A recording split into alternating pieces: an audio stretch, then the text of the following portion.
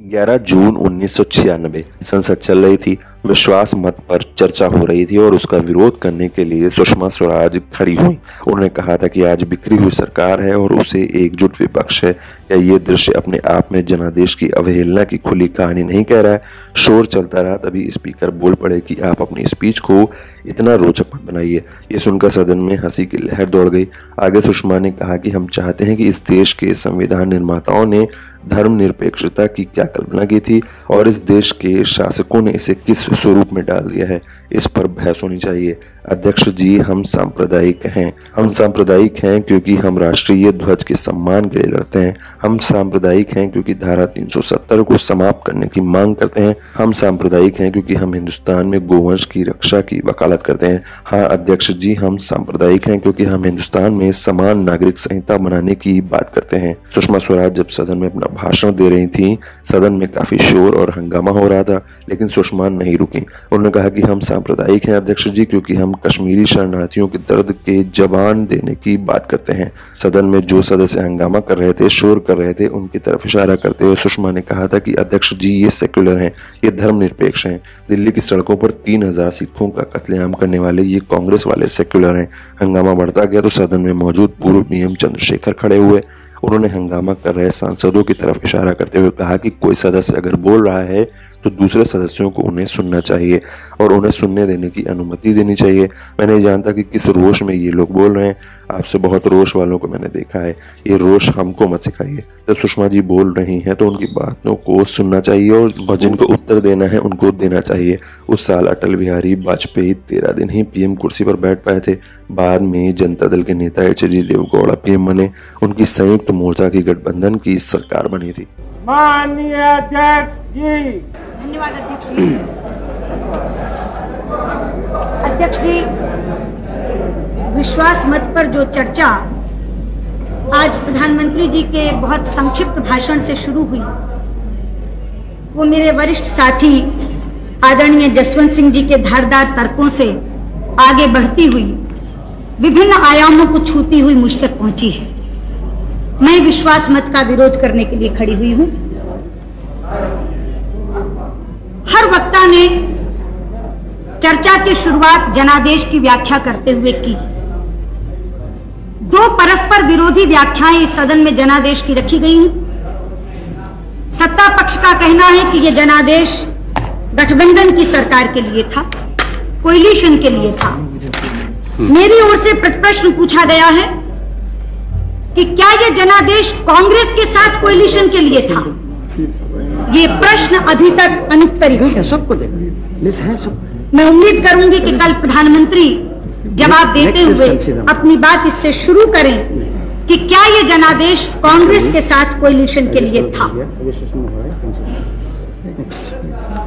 अध्यक्ष जी, जनादेश की जो व्याख्या चाहें आप स्वीकार करें, लेकिन एक दृश्य जो इस सदन में उपस्थित हो रहा है उसकी अनदेखी आप नहीं कर सकते।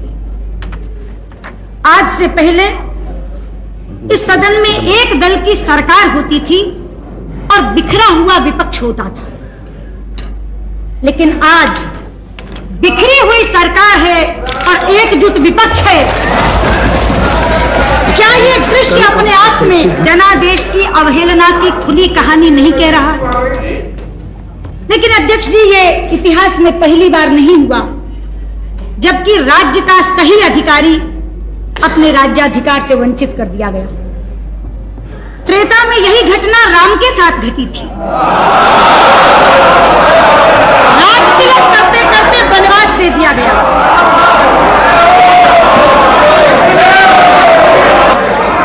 द्वापर में यही घटना धर्मराज युधिष्ठिर के साथ घटी थी, जब धूर्त शकुनी की दुष्ट चालों ने राज्य के अधिकारी को राज्य से बाहर कर दिया था। अध्यक्ष जी, यदि एक मंथरा और एक शकुनी राम और युधिष्ठिर जैसे महापुरुषों को सत्ता से बाहर कर सकते हैं, तो हमारे खिलाफ तो कितने मंथराएं और कितने शकुनी हम राज्य में बने कैसे रह सकते थे? अध्यक्ष जी, शायद राम राज्य और सुराज्य की नियति ही यही है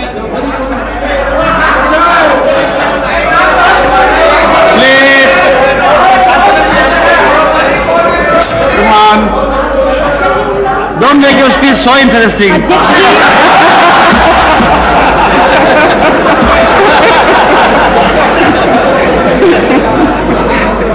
अध्यक्ष जी, रामराज्य और सुराज्य की शायद नियति ही ये है कि वो एक बड़े झटके के बाद मिलता है, और इसीलिए मैं पूरे विश्वास से कहना चाहती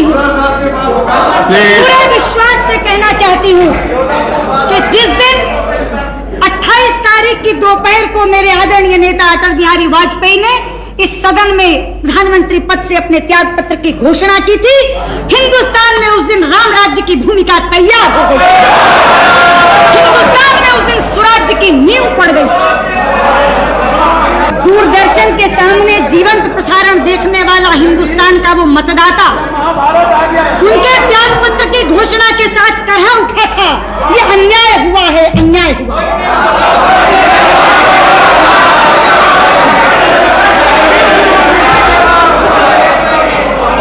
लेकिन अध्यक्ष जी, अन्यायी कभी ये स्वीकार नहीं करता कि वो अन्याय कर रहा है। अन्यायी तो अपने स्वार्थ को सिद्धांत का बाना पहनाकर इस तरह प्रस्तुत करता है जैसे सबसे बड़ा न्याय कर रहा है, और यही इस सदन में घटा। यही इस सदन में घटा।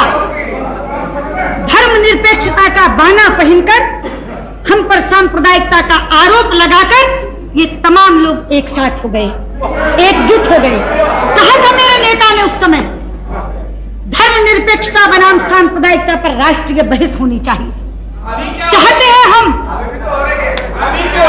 चाहते हैं कि इस देश के संविधान निर्माताओं ने धर्मनिरपेक्षता की क्या कल्पना की थी और इस देश के शासकों ने उसे किस स्वरूप में ढाल दिया, इस पर राष्ट्रीय बहस होनी चाहिए। अध्यक्ष जी, हम सांप्रदायिक हैं, हाँ, हम सांप्रदायिक हैं क्योंकि हम वंदे मातरम गाने की वकालत करते हैं।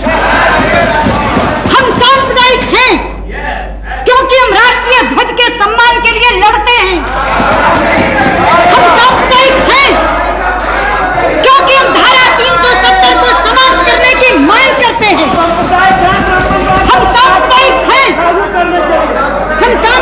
हैं क्योंकि हम हिंदुस्तान में गोरक्षा के वंश और वर्धन की वकालत करते हैं। हाँ अध्यक्ष जी, हम सांप्रदायिक हैं क्योंकि हम हिंदुस्तान में समान नागरिक संहिता बनाने की बात करते हैं।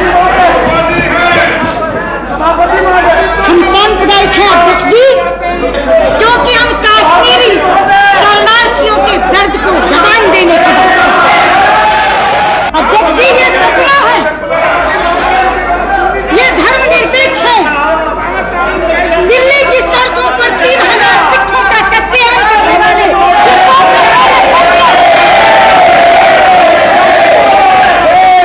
अध्यक्ष जी, आप तो साक्षी हैं। सुनिए भगवती जी, बोलिए क्या व्यवस्था है? मैं हिंदू नहीं हूँ, मुझको मंदिर जाने से रोका गया। और इसमें क्या व्यवस्था है?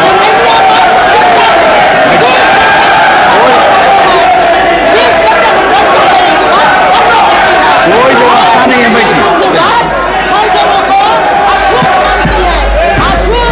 भाई, कोई व्यवस्था का प्रश्न नहीं है। चलिए अध्यक्ष जी,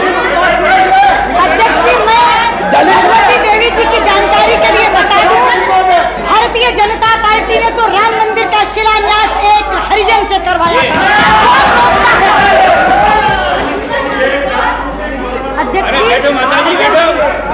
अध्यक्ष जी, मैं कह रही थी ये सेकुलर है, ये कांग्रेस जन। दिल्ली की सड़कों पर 3000 सिखों का कत्लेआम करने वाले ये कांग्रेसमैन सेकुलर हैं, और आप बिहार के साक्षी हैं।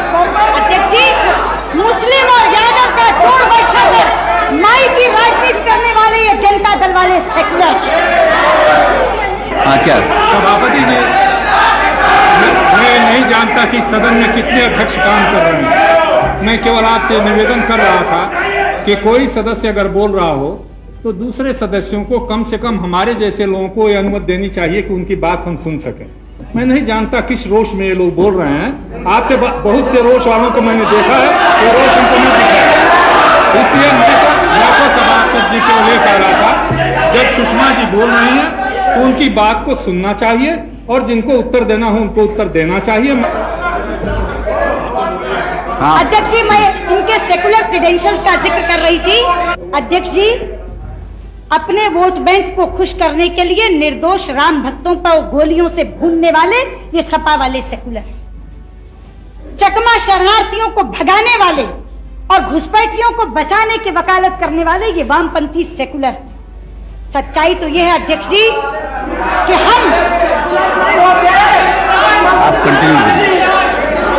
सच्चाई तो यह है अध्यक्ष जी कि चूंकि हम अपने हिंदू होने पर शर्म महसूस नहीं करते, इसलिए हम कम्युनल हैं, इसलिए हम सांप्रदायिक हैं। और इस देश में जब तक आप अपने हिंदू होने पर शर्मिंदगी महसूस नहीं करते, आपको इन तथाकथित बुद्धिजीवियों से सेकुलर होने का सर्टिफिकेट नहीं मिल सकता। अध्यक्ष जी, सेकुलरिज्म की हमारी परिभाषा यह है कि एक हिंदू अच्छा हिंदू हो, एक मुसलमान अच्छा मुसलमान, एक सिख अच्छा सिख हो, एक ईसाई अच्छा ईसाई, और सब अपने अपने पंथों का अनुसरण करते हुए एक दूसरे के धर्मों का आदर करें। ये हमारी परिभाषा है। लेकिन इनका सेकुलरिज्म हिंदू को गाली देने से शुरू होता है, और अगर आप उस गाली देने के कार्यक्रम में शिरकत नहीं करते तो आप सेकुलर हो ही नहीं सकते। और मैं कहना चाहती हूँ, सरकार या ना सरकार, हमें सेकुलरिज्म की ये परिभाषा मान्य नहीं है। अध्यक्ष जी, आज से पहले तो केवल हिंदुत्व पर प्रश्न चिन्ह लगाया जाता था, हिंदुत्व शब्द के हमसे मायने पूछे जाते थे। लेकिन पिछले विश्वास मत पर चर्चा सुनते सुनते मेरी आंखें डबडबा गई जब इस सदन में भारतीयता शब्द पर भी प्रश्न चिन्ह लगा। आज से पहले तो कहते थे इंडियन नेशनलिटी की बात कर सकते हो, लेकिन इसी सदन में चर्चा के दौरान कहा गया, मैं तो बहुत कद्र करती हूँ मुरासली मारन जी की, लेकिन उन्होंने कहा we are different, you are different. आप कौन सी संस्कृति की बात कर रहे हैं? भारतीयता क्या होती है? मुझे था शायद इनमें से कोई बोलेगा। एक उम्मीद चंद्रशेखर जी से जरूर थी, पता नहीं क्यों कौरवों की सभा के भीष्म पितामह की तरह आप भी मौन साधे रहे।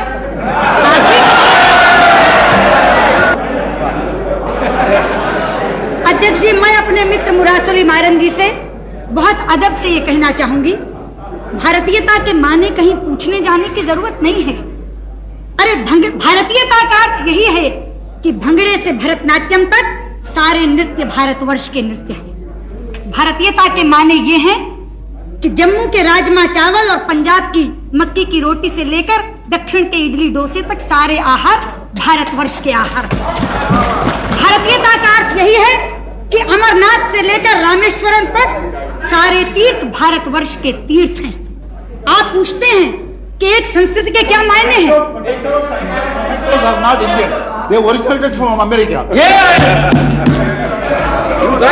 अध्यक्ष जी, एक संस्कृति के मायने यही हैं कि शिव का भक्त अमरनाथ का जल लेकर रामेश्वरम के पैर पखारता है।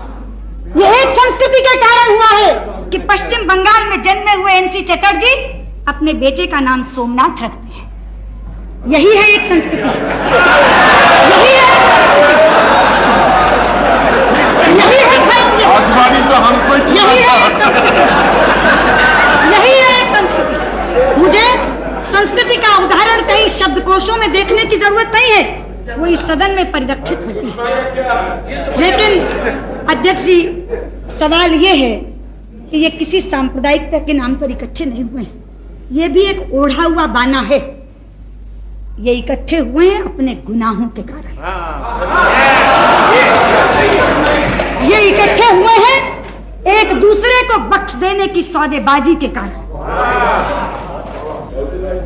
जी हाँ, ये अपने अपराधों के बेपर्दा होने के भय से इकट्ठे हुए हैं। अध्यक्ष जी, ये सांप्रदायिकता के नाम पर हुई साझेदारी नहीं है। अध्यक्ष जी, ये चारा कांड और हवाला कांड की साझेदारी है।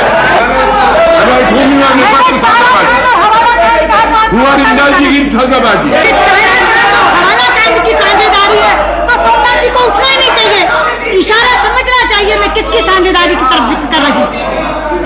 अध्यक्ष जी, ऐसे ही नहीं हुआ कि कॉमन मिनिमम प्रोग्राम में एक शब्द करप्शन के पेंडिंग केसेस के बारे में नहीं है, ये ऐसे ही हो गया। आखिर 4 लोग बैठे, सारी चीजों पर चर्चा हुई, लेकिन पूरे प्रोग्राम में से बोफोर्स गायब है, सेंट किट्स गायब है, जेएमएम गायब है, शुगर स्कैंडल गायब है, पीएसयू डिसइन्वेस्टमेंट स्कैम गायब है। अरे जिनका ढिंडोरा पीट के चुनाव में गए थे, Narasimha Rao epitome of corruption की चार्जशीट निकालकर चुनाव में गए थे, आज उसके ऊपर एक शब्द भी नहीं। और यूरिया स्कैम के ऊपर कहते हैं प्रधानमंत्री, law will take its own course, कोई बचेगा नहीं। केवल मुक्के मारकर कह देने से ये नहीं होगा अध्यक्ष जी, आचरण क्या बोलता है ये देखने वाला है। आज भी यूरिया स्कैम में अफसर पकड़े गए हैं, लेकिन दोनों के रिश्तेदार अभी नहीं पकड़े गए। 5 दिन का समय दिया गया, आखिर क्यों? इसलिए मैं कहती हूँ ये साझेदारी सांप्रदायिकता के नाम पर नहीं हुई है, ये साझेदारी एक दूसरे को माफ करने के सिद्धांत के नाम पर की गई साझेदारी। अध्यक्ष जी, ये कहते हैं, रामविलास पासवान कहते हैं ये सरकार चलेगी। आज यहाँ कहा जाता है ये सरकार चलेगी नहीं, दौड़ेगी, 5 साल तक रहेगी। अरे मैं पूछना चाहती हूँ अध्यक्ष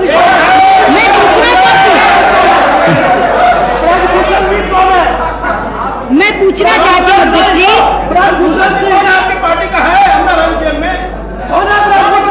मैं पूछना चाहती हूँ, मेरे नेता ने तो नहीं कहा, बयान तो पहला बीजू पटनायक का आया पहला बयान, this government will not last. किस घटक के हैं वो? भाजपा के। बुद्धदेव भट्टाचार्य का बयान आया, हाँ वही मैं बुद्धदेव आचार्य का बयान आया, this government will not last for 6 months। ये किस घटक के हैं? भाजपा के। Okay, you stand corrected. अध्यक्ष जी, मुझे करेक्ट करने की क्या जरूरत है? पहली स्टेटमेंट छपी, उसका जिक्र मैंने कर दिया, डिनायल इन्होंने किया, उसका जिक्र मैंने कर दिया, दोनों चीज रिकॉर्ड पर आ जाएंगी। आगे बढ़िए। नरसिंह राव जी के हवाले से कहा गया कि चुनाव के लिए 7 महीने से 1 साल के बीच में तैयार रहना चाहिए। ये बयान भाजपा की तरफ से तो नहीं आया।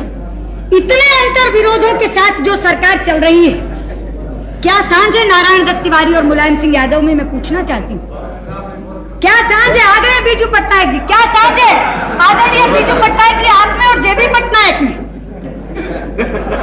इधर एड्रेस करिए आपने अध्यक्ष जी। सुषमा जी आप इधर एड्रेस करिए। चारे और खाद के अलावा क्या सांझ है राम लखन सिंह यादव और लालू यादव में? क्या सांझ है ममता बनर्जी और सोमनाथ चटर्जी में? मैं पूछना चाहती हूँ, उत्तराखंडी महिलाओं के सम्मान का सौदा करके नारायण दत्त तिवारी मुलायम सिंह की बगल में क्यों बैठे? कमलनाथ के हितों की अनदेखी करके करुणानिधि ने देवे गौड़ा को नेता क्यों स्वीकार किया? अपने घावों की पीड़ा भूलकर, ममता जी, अपने घावों की पीड़ा भूलकर आप सोमनाथ जी के साथ मतदान कैसे कर रही हैं? ठीक है। बहुत ममता जी, आपको बोलना है, इसके लिए एडवांस नोटिस देने की कोई जरूरत नहीं है, उनको बोल लेने दीजिए। ठीक है, आपका नाम आपकी पार्टी से आएगा तो बोल लीजिएगा, उनको बोल लेने दीजिए। मैं बताना चाहती हूँ अध्यक्ष जी, मैं नाम क्यों ले रही हूँ? मुझे वो दृश्य जिसका तस याद है, मेरी आंखों में बसा हुआ है। मैं राज्यसभा की दर्शक दीर्घा में बैठी थी, इसी सदन में नरसिंह राव जी की सरकार के खिलाफ अविश्वास प्रस्ताव पर मतदान हो रहा था। मैं वहां से बैठी देख रही थी, एक व्हील चेयर के ऊपर ममता जी को लाया गया था, यहीं बैठी थी वो, चोटों से आए बुखार के कारण कांप रही थी। बराबर में बैठी 2 सांसद महिलाओं ने उन्हें लाल कंबल उठाया था। वहां बैठी हुई मैं उस समय कम्युनिस्टों की हिंसक प्रवृत्ति को कोस रही थी। मुझे मालूम है ममता जी के विरोध के स्वर बहुत मुखर होते हैं, लेकिन हम उनके विरोध के अधिकार को मान्यता देते हैं, हम उनके विरोध के अधिकार को स्वीकृति देते हैं, हम उनकी आवाज को गैर करने के लिए उन पर हमला नहीं करते। इसलिए पूछना चाहती हूं ममता जी से आज कि इस सदन में सीपीएम के साथ बैठकर मतदान करेगी और पश्चिम बंगाल में जाकर उनके विरोध की राजनीति करेंगी। ये कैसी सांझ है ममता जी, ये कैसा गठबंधन? अध्यक्ष जी, मैं जिक्र कर रही थी कि केवल व्यक्तियों में अंतर विरोध नहीं है, जो कार्यक्रमों में अंतर विरोध झलकता है वो तो माशाअल्लाह। जब इनका प्रोग्राम आया, मिनिमम प्रोग्राम, मैंने उसको आदि से अंत तक पढ़ा। एक बार मुझे लगा कि कुछ गलत पढ़ा गया, ये हो नहीं सकता। मैंने उसको दोबारा पढ़ा और पढ़ने के तुरंत बाद मेरे मुंह से निकला, वहां भारत के कम्युनिस्ट साथियों, तुमने लेनिन से येल्त्सिन तक का सफर एक ही सप्ताह में पूरा कर लिया। अध्यक्ष जी, कोलिशन के कंस्ट्रेंट्स तो मैं समझ सकती हूँ। कोलिशन के कंस्ट्रेंट्स होते हैं, मजबूरियां होती हैं, कुछ चीजों को बरतरफ रखना पड़ता है, कुछ चीजों में साझेदारी करनी पड़ती है, मगर कोई शीर्षासन करके कलाबाजी खा जाएगा इसकी उम्मीद नहीं। अध्यक्ष जी, इसमें लिखा है इंश्योरेंस सेक्टर निजीकरण उसका कर दिया जाएगा और फॉरेन कंपनी तक के लिए खोल दिया जाएगा। मैं तो हैरान हुई, क्योंकि 1 साल पहले की बात मुझे जस की तस याद थी। कहां गए चतुरानंद मिश्र? अध्यक्ष जी, आपके माध्यम से बताना चाहती हूँ, मैं राज्यसभा में याचिका समिति की अध्यक्षा थी, कमेटी ऑन पिटीशंस की चेयरपर्सन थी। हमारी समिति के सामने एक याचिका दायर की गई, एक पिटीशन प्रस्तुत की गई, जिसमें यह लिखा गया था कि LIC, GIC इंश्योरेंस सेक्टर को जो प्राइवेटाइज करने की एक सिफारिश मल्होत्रा कमेटी की तरफ से आई है, वो लागू न की जाए। ये थी वो पिटीशन। और मैं आपको चौंका दूं ये बात कहकर, वो पिटीशन किसी और ने काउंटर साइन नहीं की थी, एक MP को प्रस्तुत करनी पड़ती है। ये संयोग है कि चतुरानंद मिश्र राज्यसभा से मेरे साथ लोकसभा में आए हैं, 2-4 दिन में शायद कैबिनेट के मंत्री भी बनने वाले हैं। वो पिटीशन काउंटर साइन की थी चतुरानंद मिश्र ने। और अध्यक्ष जी, मुझे कहा गया था कि अगर ये इंप्लीमेंट कर दी गई रिपोर्ट तो ये पिटीशन इनफेक्चुअस हो जाएगी, इसलिए कम से कम इंटरिम डायरेक्शन गवर्नमेंट को दी जाए कि ये इंप्लीमेंट नहीं हो। पिटीशन कमेटी के अध्यक्षा के नाते मैंने सरकार को डायरेक्शन दी थी कि जब तक इस कमेटी की रिपोर्ट नहीं आ जाए, हम बहुत जल्दी इस कमेटी की रिपोर्ट देंगे, तब तक मल्होत्रा कमेटी की सिफारिशें लागू न की जाए। और इस याचिका समिति ने इस याचिका पर रिपोर्ट देने से पहले सारी पॉलिटिकल पार्टीज के लोगों को बुलाया, सारे राजनीतिक दल के प्रतिनिधि आए थे। इसमें क्या गलत कह रही हूं? अध्यक्ष जी, प्रीमियर घटक इस यूनाइटेड फ्रंट का जनता दल, जिनकी सरकार है, जिनके आप कुछ कहना चाहते हो, आप मिनिस्टर है, बोलिए। अगर कोई ऑब्जेक्शनेबल बात है तो बताइए, अगेंस्ट द रूल हो तो बताइए। नहीं, यू आर मिनिस्टर ना हो। वो रेफर कर रही है एक ऐसे डॉक्यूमेंट को जो हाउस में ले किया जा चुका है, इसमें क्या है? अध्यक्ष जी, प्रोसीडिंग नहीं, उसी को उन्होंने बताया, उस प्रतिवेदन से कोट कर रही है। What can I do? प्रधानमंत्री तवज्जो दें। नहीं, ये तो आजादी है, ये कोट कर सकते हैं, क्या मिनिस्टर जी? नहीं, आप कोई रूल बताइए ना जिससे वो नहीं कोट कर सके, मैं उनको रोक दूंगा। बताइए कोई कानून। प्राइम मिनिस्टर, मैं आपके दल की बात कर रही हूँ। The honourable prime minister, I would like to draw your attention please. मैं देवे गौड़ा जी, सोमनाथ चटर्जी और चतुरानंद मिश्र को सुनाकर दोबारा कहना चाहूंगी, मेरी पार्टी का पॉलिसी था भारतीयों के लिए खोल दो, फॉरेनर्स के लिए मत खोलो, लेकिन आपकी पार्टी का पॉलिसी पढ़कर सुना रही हूँ। नहीं, मैं तो आपके शीर्षासन की बात कर रही हूँ, जो कलाबाजी खाई है सत्ता की अंधी दौड़ में, मैं उसकी बात कर रही हूँ। मैं इसको केवल ये पढ़ के बता रही हूँ कि सत्ता की दौड़ में मदहोश होकर आदमी इतनी उलटबाजी भी खा सकता है कि 50 साल तक जिन नीतियों को लेकर आपने राजनीति की है, आज वो राजनीति टोटल की टोटल, एब्सोल्यूट की एब्सोल्यूट आप छोड़ देंगे, सिर्फ इसलिए कि सत्ता लोलुपता की दौड़ में या एंटी बीजेपी स्टांस के अंदर आपको कांग्रेस के साथ बैठना है, आपको जनता दल के साथ बैठना है। इसलिए मैं आपसे कह रही हूँ अध्यक्ष जी, यहाँ सदन में ये छोड़ सकते हैं, लेकिन बाहर जब अपने अपने क्षेत्रों में जाएंगे, इनका कार्यकर्ता इन्हें छोड़ने नहीं देगा और ये अंतर विरोध इस सरकार को गिराने का कारण बनेंगे। रामविलास पासवान कहते, शरद यादव अभी कह रहे थे, नहीं ये सरकार तो चलेगी, नरसिंह राव जी ने आज कह दिया चलेगी।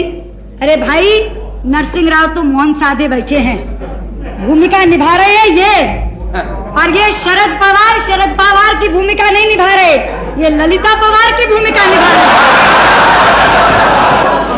मैं भाई शरद यादव से कहना चाहूंगी, Lalita Pawar, What is unacceptable?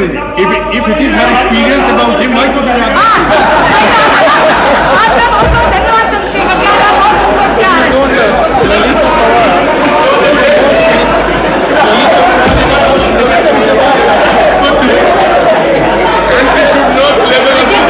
अब आप कंक्लूड करिए। अब समाप्त कर रहे हैं। मैं इसलिए भाई शरद यादव से कहना चाहूंगी कि ये प्रयोग नया नहीं है। मैं भाई शरद यादव से केवल इतना कह रही थी, ये प्रयोग नया नहीं है। ये प्रयोग आपके गुरु राजनारायण जी पहले कर चुके हैं। 20 दिन के अंदर कांग्रेस ने समर्थन वापस लिया था और मेरे आदरणीय नेता चंद्रशेखर जी बैठे 4 महीने के अंदर इनसे समर्थन वापस लिया था। आप किस आधार पर विश्वास कर रहे हैं? किस आधार? आपके विश्वास का कोई आधार होना चाहिए। इतिहास से भी कुछ नहीं सीखा। और मैं कांग्रेस की बात क्या करूं? मैं कांग्रेस की बात क्या करूं? मैं तो भाई शरद यादव से ही पूछूंगी कि भैया अपने समाजवादियों का इतिहास भी तो है। अभी कह रहे थे शरद यादव, डॉक्टर लोहिया यहाँ पर थे, डॉक्टर लोहिया थे।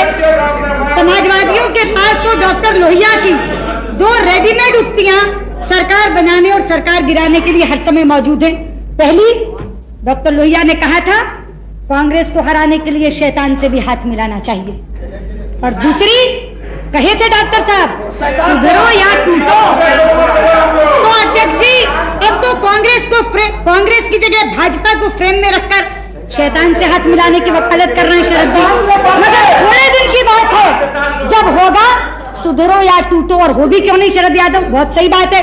65 लाख वाले मंत्रिमंडल में और 3 लाख वाले बंडल में, तो क्यों नहीं बोलेंगे? क्यों नहीं बोलेंगे? निश्चित तौर पर चंद दिनों की बात है जब ये होगा सुधरो या टूटो। इसलिए मैं एक बात कहकर अपनी बात समाप्त करना चाहूंगी अध्यक्ष महोदय, ये जो कहा जा रहा है कि सरकार 5 साल चलेगी, 5 साल चलेगी, नहीं अध्यक्ष जी, this political orchestra will disperse even before the show begins. They are so used to singing their own tunes. ये जो एक सामूहिक मंडली एक समूह गीत गाने के लिए आई है, ये अपना अपना राग अलापने के लिए इतने आदी हैं कि गीत शुरू होने से पहले ये शिराजा बिखर जाएगा। लेकिन हाँ, जितने दिन ये देश आपके हाथ में रहे, ईश्वर इस देश की रक्षा करे। ये